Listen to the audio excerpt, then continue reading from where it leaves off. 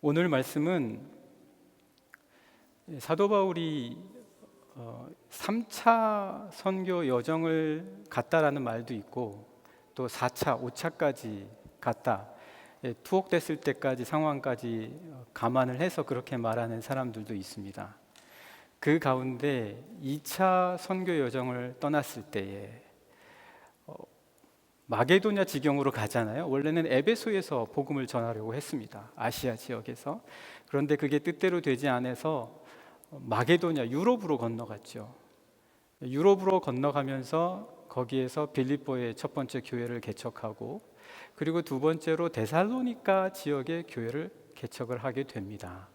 왜냐하면 당시 그리스는 위쪽을 마게도냐라고 했고 아래쪽을 아가야 이렇게 구분을 했습니다.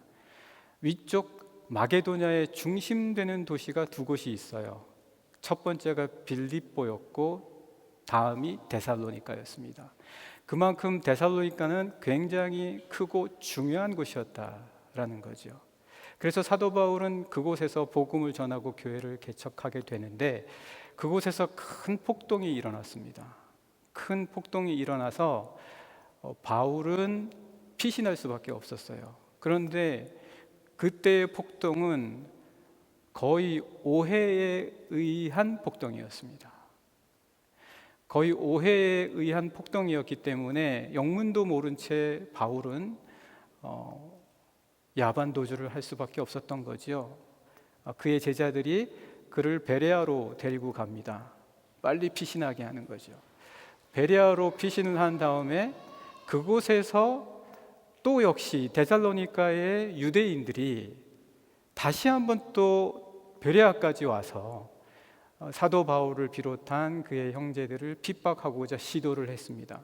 그래서 또 급히 그의 제자들이 고린도로 보내고 또 아테네로 보내고 그리고 고린도로 또 가게 됩니다. 그때의 과정 속에서 바울이 마음이 너무 아픈 거예요. 왜냐하면 그가 떠나왔음에도 불구하고 데살로니가에는 계속해서 그리스도인들과 교회를 핍박한다는 이야기를 들은 거죠. 그래서 그 마음이 너무 아파서 그들에게 이제 편지를 보내게 됩니다. 그게 여러분들이 오늘 보시는 데살로니가 후서입니다. 그러니까 자연히 어떤 말씀이 있겠습니까? 박해와 환난에 대한 말씀이 있겠죠. 박해와 환난은 당하는 그리스도인은 어떻게 그 박해와 환난을 이겨낼 것인가?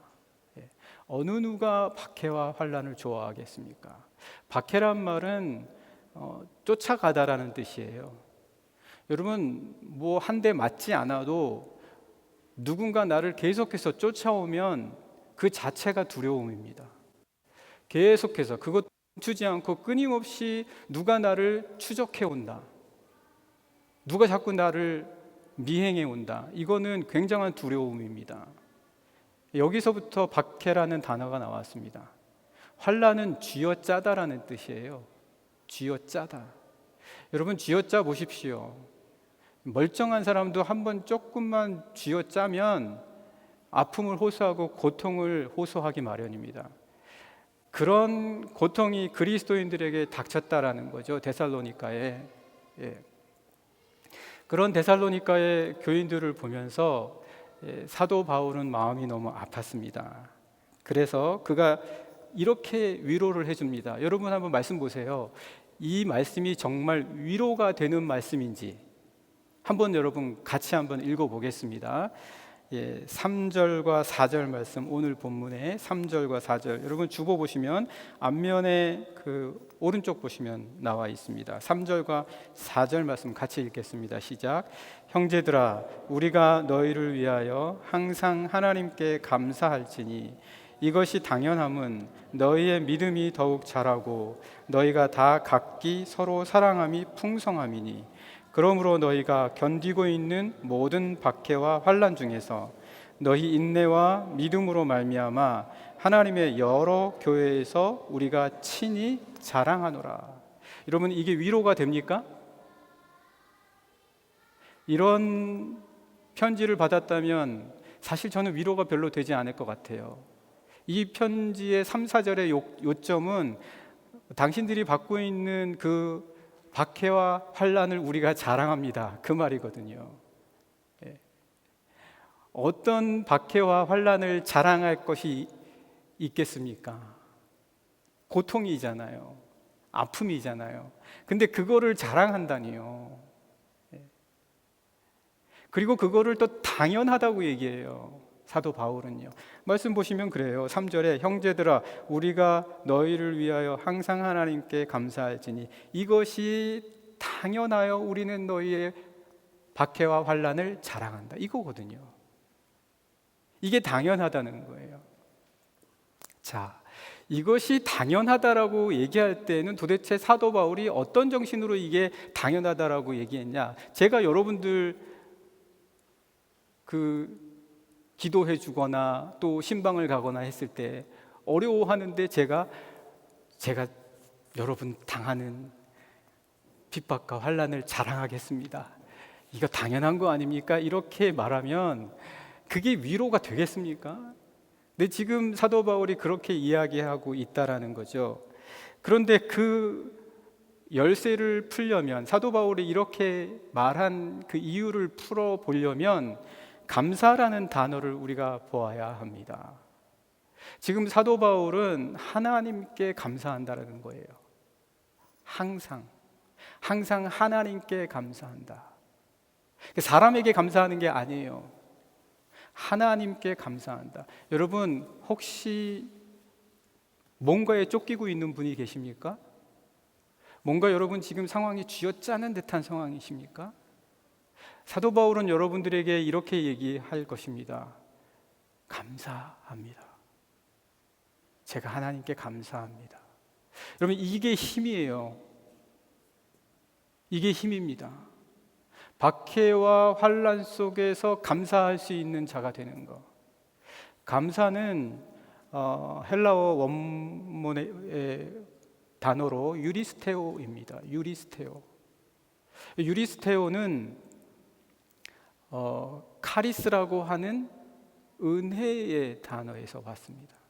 그러니까 감사라는 것, 여기서 사도 바울이 감사라는 것은 당신이 나에게 뭘 해줘서 내가 고맙습니다라는 의미가 아니에요. 그런 의미가 아니고요, 하나님의 은혜를 봅시다, 이 뜻이에요. 여러분 환난과 핍박이 힘들지요, 데살로니가의 성도님. 여러분들의 아픔을 내가 잘 알고 있습니다. 그러나 여러분 우리 힘냅시다, 하나님의 은혜를 봅시다, 이 말이에요. 여기서 감사하자는 거예요. 하나님은 역사하십니다.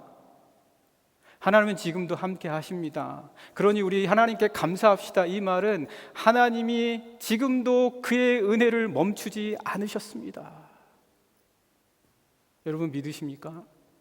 어떠한 상황에서도 하나님은 멈추지 않으신다. 여러분 이거에 대한 확신이 없으면 우리 핍박과 환난을 견딜 수 없어요. 이게 당장 눈에 안 보이더라도 이 사실에 대한 확신이 없으면 이거 이겨내지 못하는 거예요. 우리 그리스도인들이 그리스도인들인 이유가 무엇입니까? 핍박과 환난 속에서도 하나님은 역사하십니다. 우리는 하나님께 감사할 것입니다. 감사하지 못하게 하는 상황이 있다 할지라도 우리는 하나님께 감사할 것입니다. 이게 그리스도인입니다.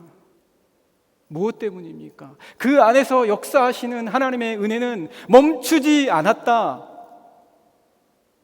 박해와 환난으로도 하나님의 은혜의 역사는 멈출 수 없다. 지금 사도 바울은 그걸 말해주고 있습니다. 그래서 그 안에서 믿음이 자라고 사랑이 역사하는 걸 보는 거예요.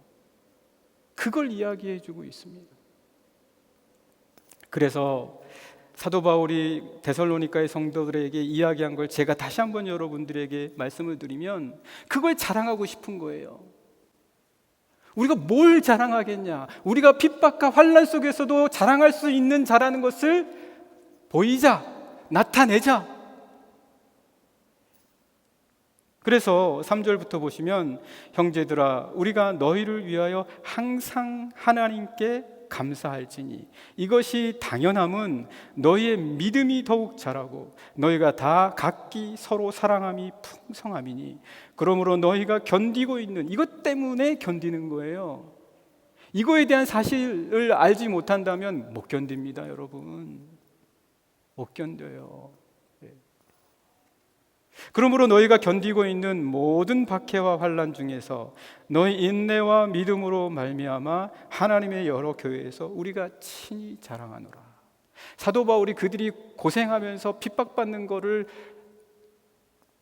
그 모습이 참 자랑할 만해서 자랑한다라고 이야기한 것이겠습니까? 그런 의미가 아니라는 거예요. 불가리아의 문학가 율리아 크리스테바는 그 프리스트라는 프랑스의 작가의 글을 인용한 것 중에 이렇게 인용한 것이 있습니다. 그대 인생 위에 언제나 하늘 한 조각은 간직하게. 그대 인생 위에 언제나 하늘 한 조각은 간직하게. 어떤 상황이더라도 하늘을 바라볼 수 있는 자가 돼야 견딥니다. 어떤 어려움이 있어도 만약 우리 민족이 어려움을 당하고 있다면 사랑하는 영락의 성도 여러분, 우리 그리스도인들이 하늘을 바라보면서 하나님이 역사하십니다라는 것을 보여줄 수 있어야 되는 줄 믿습니다. 우리가 그런 신앙을 갖고 있어야 민족도 우리 교회의 기도로 말미암아 어떤 난관도 이겨낼 수 있지 않겠습니까? 사랑하는 영락의 성도 여러분, 사도 바울은 이걸 감사하고 이걸 자랑하는 겁니다. 우리가 뭘 자랑하겠어요? 회사에서 승진한 거요? 주식 더 잘 된 거요? 이거 자랑할 겁니까?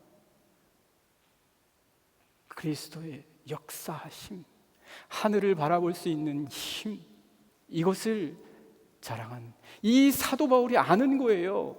데살로니가의 성도들에게 진짜 위로가 뭔지를 아는 거예요. 이와 같은 우리 영락의 모든 성도님들 되시기를 간절히 축복합니다. 그래서 사도 바울이 로마서 1장 16절에도 이렇게 이야기했습니다. 내가 복음을 부끄러워하지 아니하노니. 감옥에 갇혔어도 자랑하는 거예요. 지금 복음을 자랑하는 거예요. 복음을 부끄러워하지 아니하노니 이 복음은 왜요? 이 복음은 모든 믿는 자에게 구원을 주시는 하나님의 능력이 됨이라. 복음 안에 하나님의 능력이 있기 때문입니다. 사도 바울이 지금 자기 말 들어달라는 게 아니에요. 사도 바울이 지금 자기의 능력과 자기의 처지를 봐달라는 게 아니에요. 그가 말하는 것은 심플합니다. 복음을 좀 들어주십시오, 여러분. 그리스도 예수를 좀 바라봐 주십시오. 어떤 자기의 사익이나 자기의 유익도 들어가 있지 않아요. 그저 그냥 단순히 그리스도 예수만 좀 바라봐 주십시오. 이 하나님의 능력이 먼저는 유대인에게요 그리고 헬라인에게로다.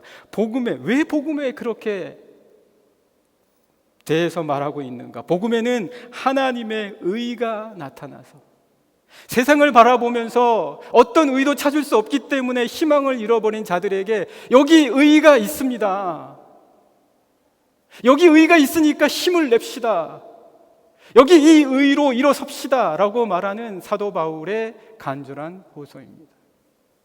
사랑하는 영락의 성도 여러분, 우리 하늘 한 조각을 어떠한 상황에서도 바라보시는 우리 영락의 모든 성도님들 되실 줄 분명 믿습니다. 5절에서 6절의 그 다음 말씀을 보시면은요, 5절, 6절, 7절 상반절까지 한번 보시면 한번 같이 읽어보실까요? 예, 주보에 있습니다. 5절, 6절, 7절 상반절까지 읽겠습니다. 시작. 이는 하나님의 공의로운 심판의 표요 너희로 하여금 하나님의 나라에 합당한 자로 여김을 받게 하려 함이니 그 나라를 위하여 너희가 또한 고난을 받느니라. 너희로 환난을 받는 자들에게는 환난으로 갚으시고 환난을 받는 너희에게는 우리와 함께 안식으로 갚으시는 것이 하나님의 공의다. 이렇게 사도 바울이 이야기해주고 있습니다. 여러분, 이게 지금 사도 바울이 계속 공의를 이야기하고 있어요. 하나님의 공의. 이게 하나님의 공의입니다. 하나님의 공의입니다.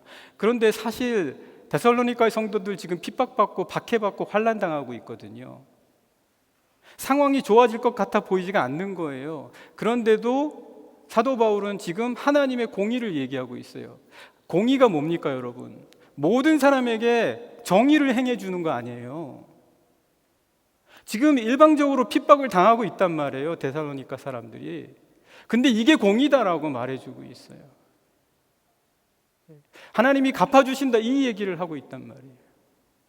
이게 어떻게 데살로니가의 성도들에게 이게 공의다라고 말할 때 그 마음 안에 어떻게 그것이 들어갈 수가 있겠습니까? 여러분. 그러나 여러분, 사도 바울은 그거를 몰랐겠습니까? 그거 모르고 지금 딴 나라 얘기하는 거예요? 지금 저 어디 딴 도시 이야기하는 겁니까? 데살로니가 성도의 상황을 다 알면서도 그렇게 얘기하는 거예요. 그러면 그렇게 이야기하는 이유가 뭡니까? 사람들 사이에 그런 마음이 들 수가 있어요. 세상에 무슨 공의가 있겠어? 하나님이 뭘 보시겠어? 무슨 공의가 이루어질 수 있겠어? 라고 행여나 생각할 수 있는 이들에게 사도 바울은 분명하게 공의가 있다라는 이야기를 하는 거예요. 여러분, 공의가 있습니까? 이 세상에 공의가 있습니까? 이 세상이 공의로웁니까? 하나님의 공의는 믿으십니까? 예. 이 말은요, 여러분, 세상에서는 지금 너희가 데살로니가 너희들이 아무 이유 없이 핍박을 받는다 할지라도 공의가 있다. 그러면 이것을 통해서 말해 주려는 게 무엇입니까? 제가 이야기 하나 좀 예를 들어서 설명을 드리겠습니다. 필립 퍼키스라는 사람이 있습니다. 필립 퍼키스라는 사람이 사진 작가예요. 이 사진 작가가 사진 강의 노트라는 책을 썼는데 그 책에서 이렇게 이야기를 했습니다. 한 문장을 제가 여러분들에게 좀 들려드리겠습니다. 그의 이야기입니다. 나는 사진을 찍을 때, 그 다음이 중요합니다. 나는 사진을 찍을 때 전체를 포착하도록 노력한다. 전체를 포착하도록 노력한다. 내가 어떤 피사체가 있으면 어떤 나무를 찍는다면 그 나무만 찍으려는 게 아니에요. 그 나무만 찍으려는 게 아니라 그 전체를 포착하려고 한다는 거예요. 그러면서 뭐라고 얘기하냐면 셔터를 누르는 순간 나의 직관과 본능을 신뢰하지 않고 전체를 포착한다는 건 불가능하다. 그저 생각만으로는 되는 일이 아니다. 여러분, 생각으로는 불이해요, 이 세상이. 우리가 바라볼 때는 이 세상은 뭔가 이상한 거예요. 생각만으로는요. 그러나 전체를 포착해내야 된다는 거예요. 지금 이 세상에서 벌어지는 일이 있다. 그러나 너무나 불의하다. 그렇다 할지라도 전부 다 불의하다만 이야기하면 어떡하겠습니까?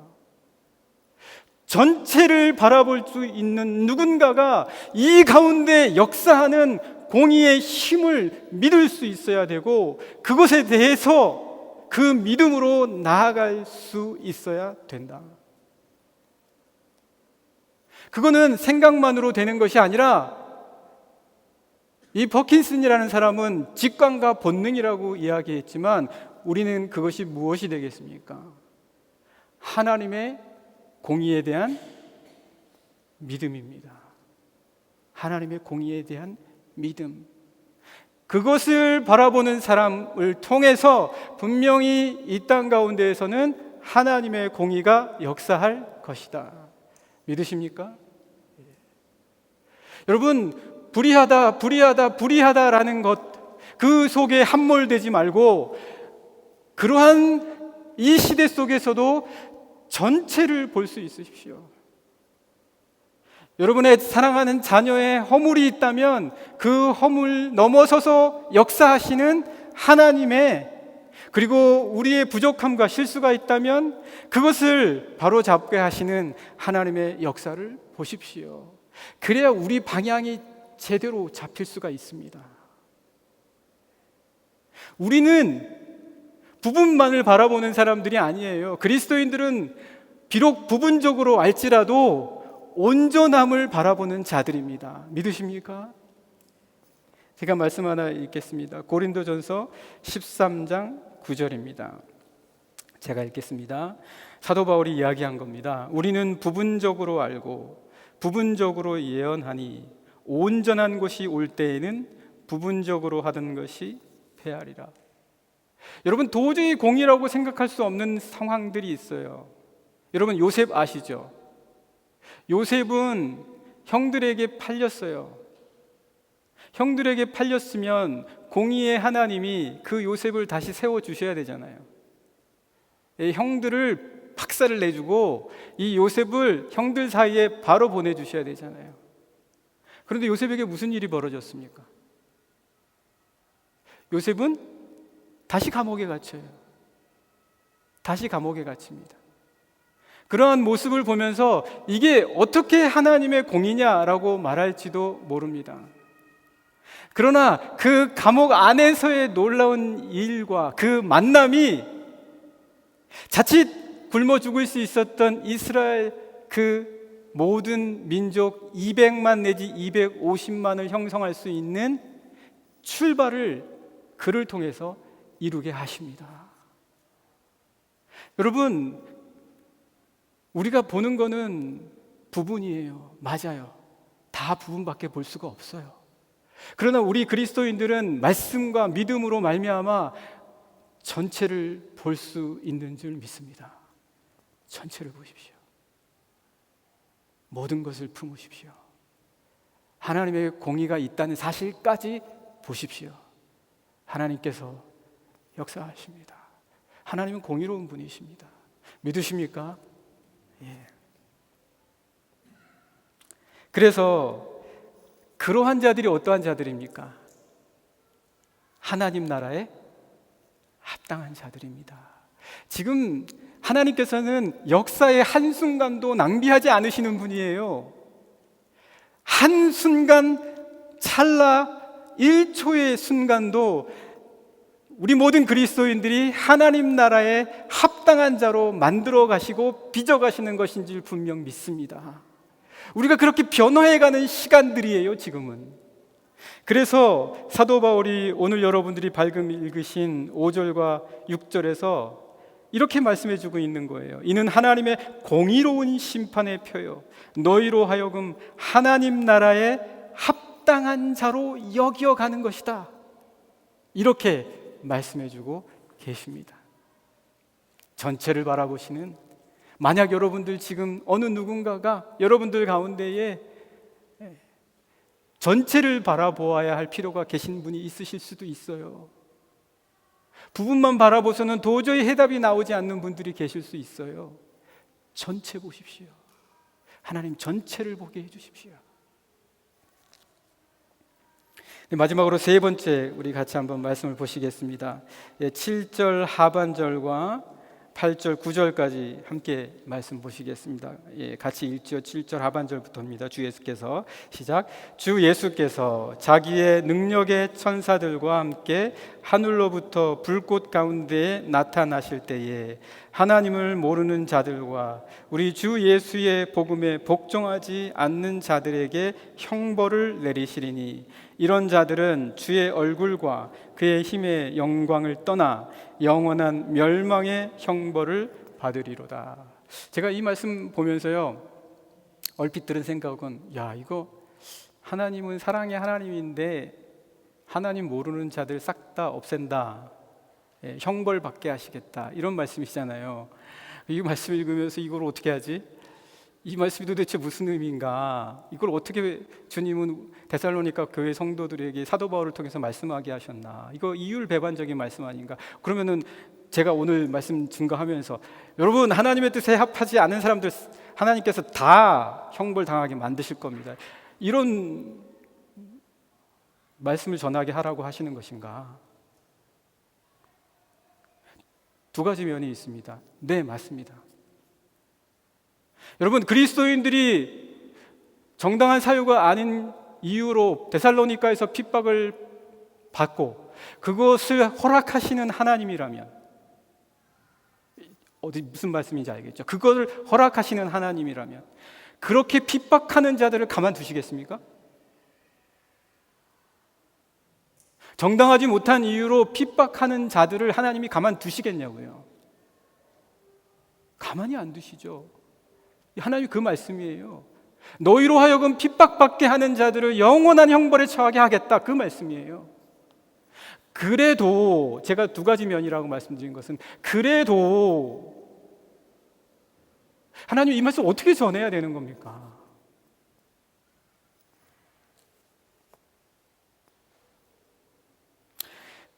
제가 이제 윌리 로니스라는 분의 책을, 그날들이라는 책에서 나온 글귀를 하나 좀 더 이 말씀과 연결해서 설명을 드리겠습니다.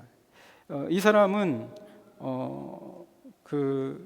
이 사람도 역시 사진 작가예요. 사진 작가인데 어떤 사진을 찍을 때 이렇게 찍는다고 합니다. 보통 나는 일어나는 것은 아무것도 바꾸지 않는다. 그러니까 사진 찍을 때 내가 일부러 연출하려고 막 바꾸지 않는다는 거예요. 그대로 둔다는 거예요. 그러니까 나는 보통 일어나는 것은 아무것도 바꾸지 않는다. 그저 바라보고 기다린다. 왜냐하면 리얼리티죠. 실제가 더 진실 속에 드러나도록.